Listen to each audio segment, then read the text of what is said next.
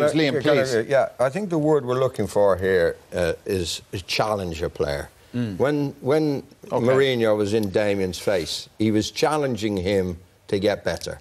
He was saying, you could do this, you could do that. If you listen to me, you will do it. You've got the ability to do it. And he's not doing that anymore. He's just being critical of players. And one thing, it's been a golden rule all down through football history that you don't really go overboard in criticising your players publicly. And what he did to Luke Shaw last season was outrageous, you know? And you lose the dressing room. They're mates of Luke Shaw. They'll say, why is he doing that? And they lose respect. And I think that's what's happened. They're not playing for him. They've downed tools. Pogba against West Ham hardly sprinted in the match. Yeah. You know, that tells it all. They don't want him there anymore. Damien, when that was happening to you with your dressing room moments with Mourinho, like, did you see it as a challenge, or, you know, like now, as Liam says, with Luke Shaw, although Shaw did come back very trim and is a much better player, he was in luck with injury and all that stuff, so he got that reaction. I remember at the time when we spoke about this before in this programme, you said he wanted to challenge the character of a player to see if he could stand up and say, right, I'm going to take this on board, which you did at the time. Absolutely. I just think time has changed. You know, even I'm an under-16 player with Blackburn Rovers. Kenny Dalglish is the manager. That's the way we were treated then, screaming in your face. Yeah. But you can't do that nowadays with 16-year-olds or even first-team players.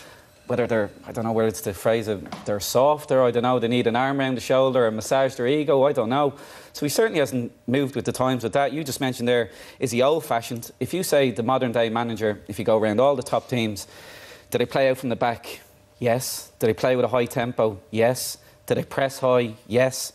And are they just relentless in attack? Yes. Are Manchester United and Jose Mourinho? You'd have to say no when you put it like that. Man, you don't try and play out from the back because they haven't got the quality in their centre halves. They don't press high. Pogba has a go at the weekend about attack, attack, attack. You can't see his point as a Man United fan, back to the Fergie days. So, you know, if you compare it like that, maybe he hasn't moved with the times with management as well. You think Klopp, Guardiola, they're the ones. Yeah. It's one of the things, actually, Richie, when you look at them, when you look at Manchester United, they play, as Damien says, they're very slow. The football is very slow. Now, that's, again, flies in the face of what a lot of people said, and Liam referred to it, you know, about the Manchester United style, the attack, attack, attack thing. But, like, why is there no tempo to the way they play? Well, I've been saying it before, like that attack, attack, attack stuff, that, you know, the Man United way, that left when Ferguson left. Sure. Because Moyes didn't play that way, Van Gaal didn't play that way, Mourinho didn't play that way, and everyone knew before they employed those three managers that they don't play that way, and they were still employed.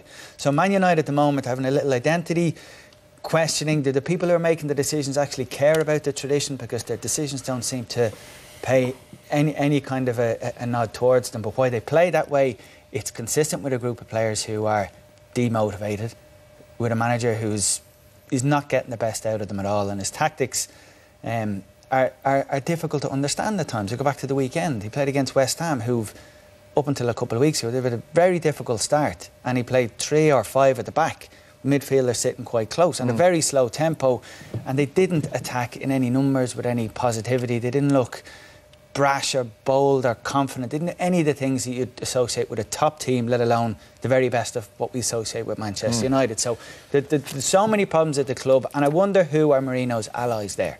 You mentioned the word power struggle earlier. He seems to be this power struggle on all fronts with Mourinho. I think he's losing it in the dressing room. He's certainly losing it with Ed Woodward, and I think he's trying to some charm offensive with the fans in the last couple of weeks, playing up to them, saying, you know, the club players have got to love the club the way the fans do. When you're at that stage, that's desperation. Rui Faria, his long-time assistant, who's been with them since the Porto days, he's gone.